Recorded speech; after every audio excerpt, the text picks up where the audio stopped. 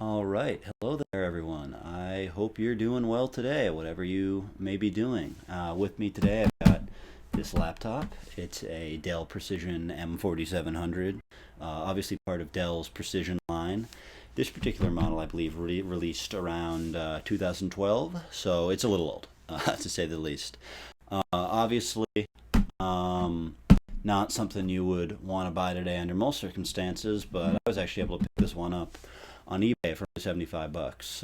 Typically, when I'm working with older computers, I try to work with ones that I either get for free from family or friends, or just happen to find, or sometimes I go to my university's surplus store and buy them from there. You can get something for $5 and fix it up, but not this one. I actually haven't worked on a computer like this in a while, and I thought, you know what, I want to get back into it. Particularly, this model interested me because this one, released in 2012, is actually the last of the Precision line to support Windows XP. The laptop didn't ship with it. Based on what I'm seeing right here, you could actually only buy it with Windows 7 or Windows 8. And if I open this up really quick, camera's out of focus, but you can most definitely make out the sticker. You can tell it shipped Windows 7. Obviously, under the battery, you have the product key there. But I just thought I wanted to mess with an old computer that could run Windows XP. Just see if I could kind of push the limits there, because the specs of this computer, which are definitely push the limits for what you would expect out of a Windows XP computer, definitely blow the requirements out of the water. So I wanted to see what I could do with that. But yeah, I got it for 75 bucks. Definitely a great deal, because when you hear what's inside it, you're actually going to be pretty surprised how powerful it was for its time and how powerful it even still is today.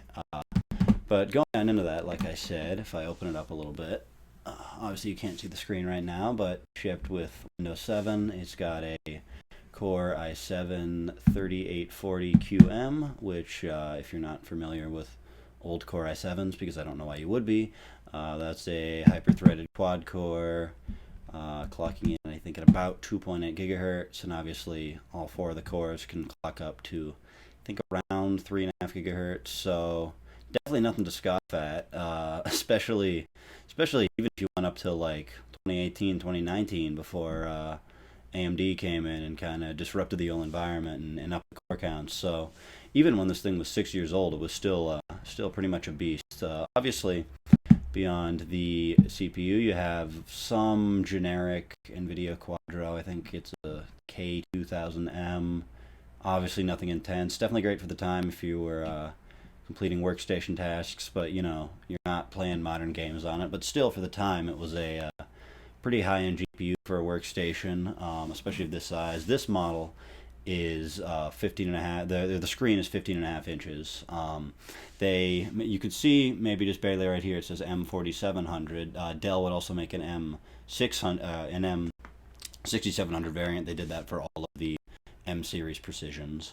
That would have a 17-inch screen. It would also have some extra drive slots, and also I believe it did have more powerful GPUs. Due to the GPU format, which I will actually get into that in a little bit. But for now, all you need to know is this thing had a pretty good GPU for its time. Had a pretty powerful Core i7. As of now, it has 16 gigabytes of DDR3 RAM. So if I wanted to add more, it's pretty cheap, and it's actually easy for me to add more because this thing has 4 RAM slots. There's 2 on the bottom that I'll show you guys in a little bit. And then below this keyboard, if I were to remove that, which I'm not going to do today, but if I did do that, I'd have access to the CPU, the GPU, 2 extra RAM slots, and a few other parts. That's really what makes these computers unique, is that not only is your storage and RAM upgradable, which was pretty standard for the time, is not exactly universal today, but still pretty common. You could also upgrade your CPU and your GPU. There were some limits on that. For instance, you have to stay within the chipset for a CPU. That's common sense. You have a third gen, you can't put a fourth gen in here. But just an example, some of the more base models of this computer would only ship with the dual core, not the quad core, and you could upgrade it from a dual core. I think they shipped with i5s all the way up to there's a i7 Extreme Edition you could put in this. That's I think like 200 more megahertz higher clock than this, so definitely not something I would want to do. But say you picked one of these up for $20, and you could buy the Extreme Edition, I think, for like 30-40 bucks from China. So it'll take 2 months to get to you, but you could upgrade it for pretty cheap. And then obviously the GPU is even more restrictive. I've done some research on that, but you're pretty much limited to whatever GPU is supported by this exact laptop or was supported in a future Dell Precision. There's something with the BIOS compatibility. I haven't looked that much into it, but it's definitely more restrictive than the CPU upgradability. But it's definitely something that you hardly see today. I think it's common in some gaming laptops, but that's it. Obviously, beyond the GPU, CPU, RAM, right now it actually has no storage in it. If I close it, you'll see that right here, this is where the hard drive cache goes. I know it's a little out of focus, but you can probably still see it. It's shipped without that. That was one of the caveats of ordering it online. But that's actually not the only drive slot right there. It's also got on the bottom, which I'll actually show you right now. If I take this battery out and then unscrew this, which I will do real quick, you'll see something called mSATA, which is probably not something you've heard of if you haven't worked with older computers or you just haven't been buying laptops for a long time. But let me just undo the screw real quick.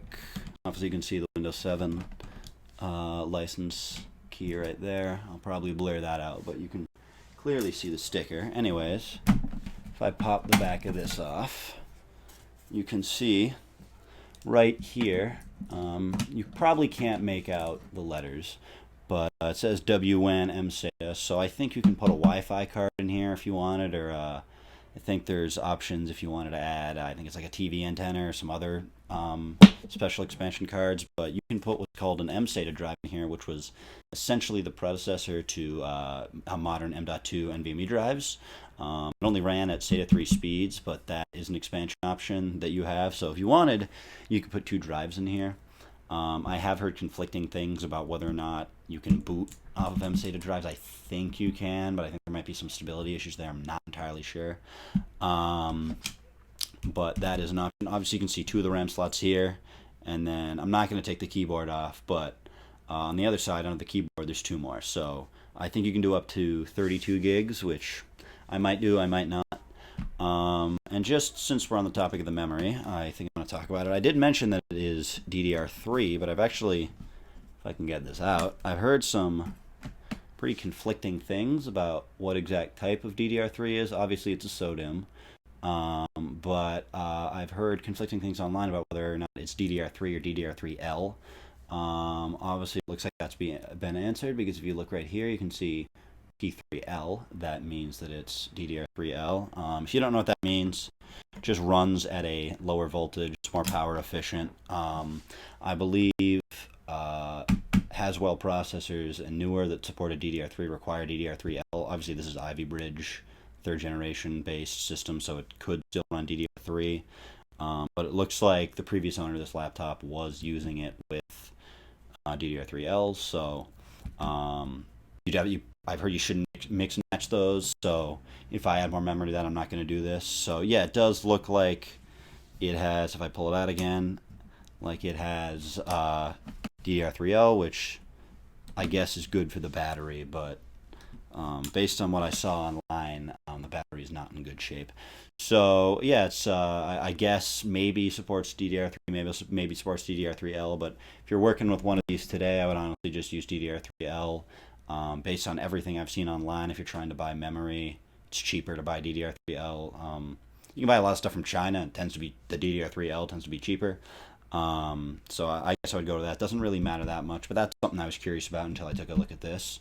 Obviously, just since we're under the hood right now, you can see the 2 fans are actually in pretty good shape. They've got a little bit of dust in them, but for a laptop that's probably, I think, actually this one's probably only around 11 years old. I took a look at the service tag before I started filming this, and this particular one was shipped in 2013, so the person who ordered this probably ordered it when it was 1 generation old so they could get a discount, because based on what they ordered, I looked at the service tag. They almost fully maxed this thing out, so this thing probably it could have cost $10,000 at the time. So they probably were looking for that discount by going a generation old. But anyways, yeah, the fans are in great shape for a computer that's probably around 11 years old. You got your Wi-Fi card here. You got another half-length WN slot, media card. I'm not exactly sure. The ports look very similar. Which again, if you wanted to add a second Wi-Fi card, I think you can add TV antennas, Bluetooth, if this didn't support it, which I'm pretty sure it does. Right here you got the optical drive. Pretty sure it's possible to take this out and put an extra drive in here. I don't know why you'd want to do that because you already have two drive slots. You got the one here, and then you got the hard drive caddy that I'm touching with my fingers right now. Both of those are SATA. No NVMe, didn't even exist yet. In fact, on the 6700 variant of this machine, it was actually, or you had a second 2.5-inch drive slot, excuse me, that was right next to the battery. I've only seen one of the 6700 variant, or it was a 6800, but a 6000 series variant of a Precision. I believe it was like lodged in here, so it's actually pretty difficult to access. But it's definitely something that's cool to see. You could have two 2.5-inch drives and an SSD in this thing for a 2012 laptop. So that's not something you see even with modern day. Obviously you don't even see 2.5-inch drives on most modern laptops, but even for the time that was pretty rare. That's most of what's down here. Obviously you're probably seeing this. This is if you have a docking station. I don't know the name of the port, in fact. Actually, let me look at it real quick. I got the spec sheet right here. Let's see. Standard I/O ports. Rear. Doesn't even say. But this is essentially if you wanted to add a docking station. Most docking stations today use Thunderbolt. You've probably seen them. You've probably used them, especially if you work in an office.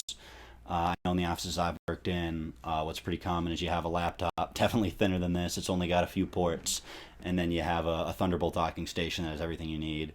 Before that, you had this port, which you would insert it into a docking station. The laptop would actually be curved upwards, and then you would have access to a bunch of ports. I don't have one on me. I'm at school right now, but I do have one back home.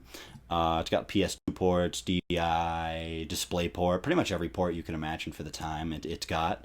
Supported extra external monitors. You would actually plug in the charger through the dock because I believe it did use a lot of power, and so you needed to plug it in through there. But that's mostly everything we've got on the interior that I can show you without taking out the keyboard. But before we do that, I guess I'll also show you the battery. This one's 65 watt hours. Obviously goes in right here. Based on what I've seen, there's also a 97 watt hour variant, which, if I'm correct, is the largest amount allowed by law. Not by law, but that you can bring on a plane if it's anything larger. You can't bring it on a plane, so realistically, no computer manufacturer is going to do that. Based on what I've heard, it's pretty worn out, but we're going to turn this thing on in a minute after I show you some of the I/O ports, and then we'll see what the battery health says in the BIOS. So putting this back in, oh wait, gotta put the cover back on first. This cover obviously feels like plastic. The rest of the chassis isn't. It's aluminum and magnesium alloy, according to the Dell website, which is definitely something preferable to plastic, which was pretty common at the time. I know I've only seen a few HP workstations, but those, in my experience, do have a lot of plastic or some similar cheap feeling material that isn't as durable, and from what I've seen means that those machines don't really age as well. So it's great to see something made out of a more sturdy material. But putting these screws back in, obviously you can see it's only secured with two screws right here and right here. It looks like there might have been some other screws that used to be in here. No, that's just the switch. But yeah, it's held in with two screws. This one right here that I'm poking at, I believe holds in the hard drive caddy, so I have a caddy coming in, and I'm going to need to take that screw out before I put the hard drive in. That's to make sure you can't easily force a drive out, because the last thing you want is your drive ejecting while you're using it. So there's that. Before I boot this thing up, I figure I should show you guys some of the I/O ports. I've obviously already shown you some of this side, mostly just the drive caddy. This switch right here on the left is your Wi-Fi switch. Pretty common on older computers. I haven't really seen it on modern ones, but granted, I haven't seen a lot of modern enterprise-grade computers. Obviously, this is the empty caddy. That'll be showing up. You've got two USB ports right here. I believe they're USB 3. You've got a display port. You might notice right here, they're orange, and this one right here has a lightning bolt next to it. I believe that signifies that even if this computer is in sleep mode, you can still use it to power devices or have some sort of connection, whereas with the other ports, I don't believe you can. Flipping over to the other side, right here you've got the, if I can even fit it in the whole frame, you've got the lion's share of the ports. I believe this is a lock slot. You've got two USB, I believe 2.0 slots. Right here you've got a FireWire 1394 slot, and you've got headphone, microphone jacks. Those aren't even necessarily a given today. Right here you've got your SD card slot, which the insert seems to have gone missing. Right here you also have an express card slot. Obviously it has an insert in there right now, and if you're not familiar with what express card is, it's actually a pretty interesting slot. Essentially it's I guess you could say it's similar to an expansion slot you'd see in a desktop. Obviously with pretty limited bandwidth, at least from what I know. But practical uses of this, because I've seen some pretty extreme applications of this. I've seen people use eGPUs out of this, but I'm pretty sure their bandwidth is pretty limited, so is performance. But practical uses of an express card slot would be something like adding, I've seen someone add USB-C through an express card. I've seen the addition of more USB ports, for instance. I've seen older iterations of this machine that don't even have USB 3 at all, and so they use express card to add USB 3, which is really cool.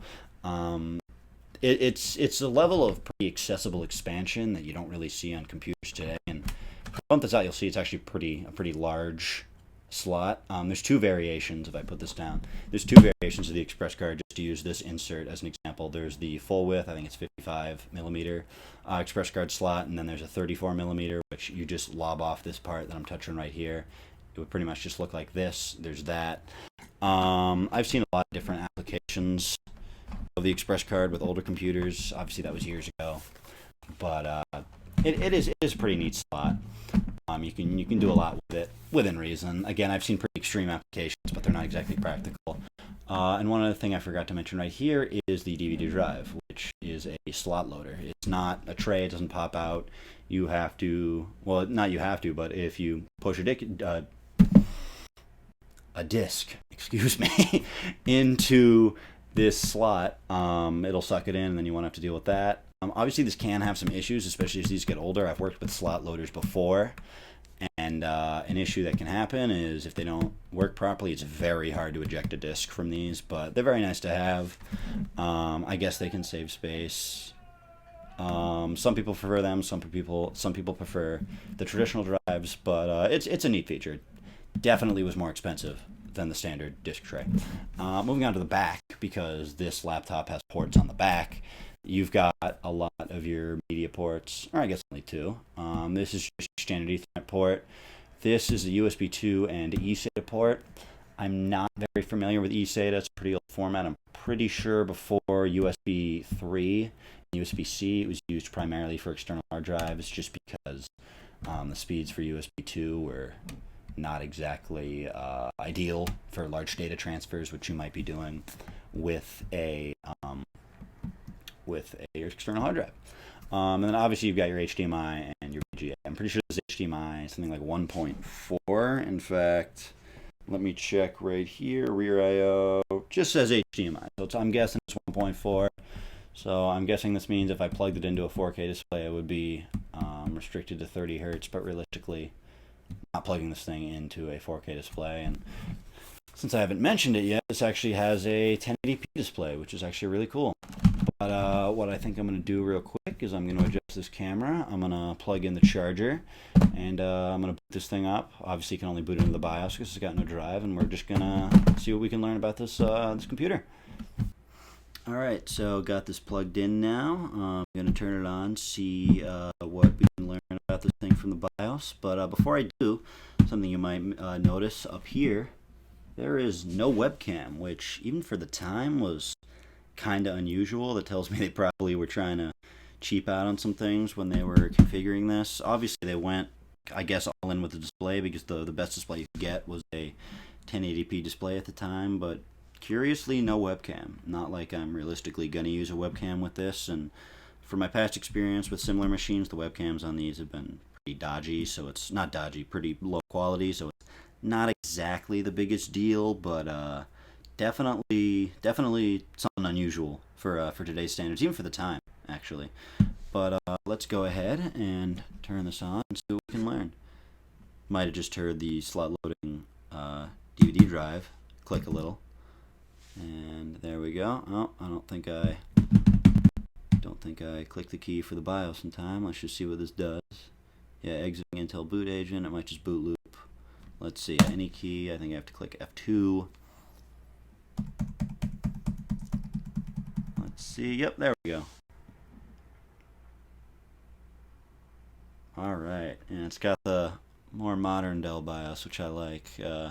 Some of the older machines I've worked with, they got the standard classic BIOS where there's no mouse. You don't really know much about the machine, but let's see for a second. Something I noticed now that I just turned this computer on is that it doesn't look like this has a backlit keyboard, which is actually pretty unusual for these machines. I'm pretty sure just about every single Dell Precision I've worked with that's, of this same model series has had a backlit keyboard. So yeah, it does look like they did cheap out on some things, but that's not exactly a big deal. A backlit keyboard is pretty low on the priority list for features you'd want out of a computer like this. But let's take a quick look at it. Yep, looks like I was right. It was shipped in late 2013, or manufactured in late 2013, and then shipped about a month later. So that seems about right.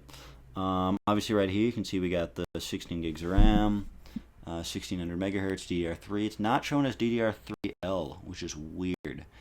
Because when I was trying to figure out whether this computer ran DDR3 or DDR3L, something I encountered was that this Dell BIOS, maybe not this specific revision, but this type of Dell BIOS typically will say DDR3L if it's DDR3L.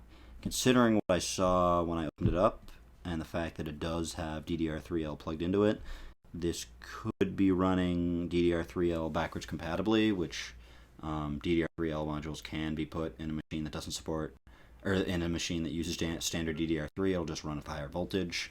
I'm not sure. But as you can see, it's got the two slots right there, two 8 gigabyte DIMMs, which is great. If I wanted to add more memory to this, maybe I will, maybe I won't.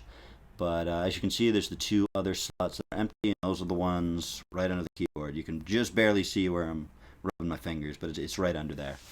Beyond that, yep, you see the, if I can scroll down,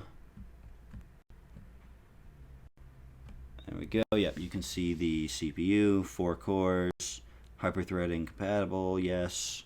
It's got the cache. Yep, looks like I was right, 2.8 gigahertz. I believe all 4 cores can hyper-thread up to 3.5. Not 100% sure, but I believe so. And yep, you can see right there, 1920 by 1080. That's good. I've had issues in the past where people have told me the display is one resolution and then it's the other. So luckily, no confusion there. Going down to the battery information, right here, you can see that, yep, the health is low. That's the one thing the seller disclosed. They just said that it wasn't good. So I didn't know exactly how bad it would be, but if your Dell BIOS is saying that your battery health is low, this thing can probably only hold a charge for like 15 minutes. So it's not really a big deal. It's not like I'm going to be using it as an actual laptop because I'm pretty sure this thing weighs like 8 pounds. But, unfortunate, I suppose. Another thing you'll see right here is that the AC adapter is 240 watts, which for a laptop charger is a lot. I believe this can charge with an 180 watt adapter, but I think they shipped with 240. If the brick wasn't on the other end of the room, I'd show you. I would argue about a quarter of the size of the screen, so it's a pretty large laptop charger. But these things used and still do use a lot of power. The modern Dell Precision still ship with pretty large chargers. I think they might have gone down to 130 watts, which is actually pretty standard, but I'm not 100% sure. I think they still ship with 180, but either way, these things use a lot of power. They are not and were never known for having good battery life. Pretty sure when this thing was full, it could only boast a battery life of something like 4 hours at a full charge. And this is the lower capacity batteries. So these things were never known for their battery life, and this thing definitely has not got very much gas left in the tank in terms of battery health. So no surprises there. Moving on, nothing unique about the boot sequence. It thinks it's 2018, which is 6 years later than that. Funnily enough, the last video on this channel was made in 2018 about the next generation of this computer, the M4800. I did a bunch of gaming benchmarks on it because at the time it was actually a pretty good deal for a laptop. You could get some pretty decent performance out of it for the amount of money you paid. I think I paid like $350 for a version of this that had 4th generation Intel processors and obviously Quadro GPU that was a generation newer. So, obviously nothing major, but definitely a bargain budget gaming laptop. You could argue at the time. Definitely not these days, but at the time. So that's a funny little coincidence there. I'll have to adjust that before I install any new OS on this. Let's see what's under system integration. Yeah, mostly just your configuration. Mostly just a bunch of settings. Nothing out of the ordinary so far. Video, NVIDIA Optimus. I do know that if you do want to upgrade the GPU on this to one that wasn't shipped with this computer, for instance, this has, I believe, a Quadro K2000M. It also shipped with the K1000M if you didn't want to spend as much money. I'm pretty sure you could switch the GPU to that lower configuration or the AMD variant that they're shipped with, but that would have heatsink considerations too. There would be no concern. You could swap them out pretty easily, but if you wanted to upgrade to, say, the Quadro M2000M, which shipped with the M4800, you could do it. It would be relatively easy. You wouldn't need to switch the heatsink or anything, but I do believe you would need to change the Optimus settings because this BIOS can support it, but it wasn't designed for it. I haven't looked that much into it, but I know you do need to mess with the Optimus settings once you start messing with the GPUs. Moving on. Yeah, no administrator password. Not like this would really be interesting. I mean, yeah, no CompuTrace, so this probably wasn't part of an enterprise network, or at least if it was, they properly decommissioned it. I've dealt with these computers in the past. No, not these computers, but computers like this that were most likely in a business environment where they still had a lot of security measures on that I had to deal with disabling, which which isn't necessarily the best indication, because if it still has security measures on, it indicates it might have been a stolen machine. But based on the ones I've seen in the past, it probably wasn't. It was probably just an IT department that forgot to decommission them from their company. So not a huge deal, but I'm actually pretty fortunate that there's no issues there with security measures. TPM, no one knew what this was until Windows 11 came out. Looks like it's disabled. It doesn't really matter either way because this specific laptop and all of the laptops all the Dell Precisions up to, I believe, 2018, when the 8th generation Intel CPUs came out, used TPM 1.2, which means this laptop officially isn't compatible with Windows 11. So it's not a huge deal. It could easily run it with the specs it has. Outside of that, it's possible to still install Windows 11 despite this requirement. You gotta do some pretty minor workarounds. It is possible, but it doesn't natively support Windows 11, and obviously it has no driver support. So there is that. I guess you could be concerned about if you wanted to buy one of these to be a modern machine. I don't know why you'd want to do that. You could with the specs, but if that was a consideration, just keep that in mind. Moving on beyond the security settings, let's see. Secure boot, that doesn't matter. Performance, yeah, they didn't turn off multi-core for some reason. Speed steps on, which just means it can adjust its performance states. Yeah, nothing out of the ordinary. One time I bought a Dell computer and they had turbo boost stuff. No idea why, but they did. Moving on, power management. Yeah, nothing's out of the ordinary on here. Looks like it's in pretty good shape, honestly. Nothing sticks out as weird or no major flaws. Obviously, it's missing a drive, but I do have a drive caddy coming in soon, and once that happens, I'm gonna put probably an SSD in this, and then I'm gonna install Windows XP on it, and I'm just gonna see how exactly a computer that from 2012 that was pretty spec'd out runs an operating system from 2001. So we'll have to see. Obviously, the big elephant in the room is this thing's got 16 gigs of RAM. Can support up to 32, and XP only supports 4 gigs, or maybe 3.5. Apparently, there are some software ways around that. Honestly, I couldn't tell you how that works, but there are ways to use more than 4 gigs of RAM. Obviously, that wouldn't matter. Anything you're running XP with is probably not going to need more than 4 gigs of RAM, and I do believe this laptop also supports the 64-bit edition of XP, but from what I've heard, that's a very unstable build of the operating system. So if you were in a scenario where you, at some point in time, seriously needed to install Windows XP on this, you probably wouldn't want to install the 64-bit edition just to get the extra RAM when there are software workarounds. But yeah, that's just a basic overview of the system. I guess before I let you guys go, we can look at the BIOS logs, and they're empty. Okay, that's very anticlimactic. I don't know if they were cleared or if there's some sort of issue with the CMOS that meant they were lost. But let's see, thermal events. No thermal events. That's good. Obviously, the logs have been cleared, but even if they haven't, that's good that there's no thermal events there.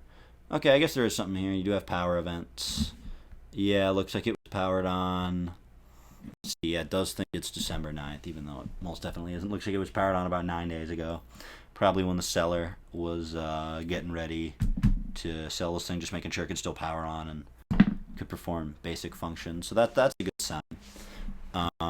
Obviously, I can't do it in the BIOS, but I'll need to test a few other things like the keyboard, but doesn't look like it has any major issues as of now. So yeah, no glaring issues. Obviously, a bit of a unique machine.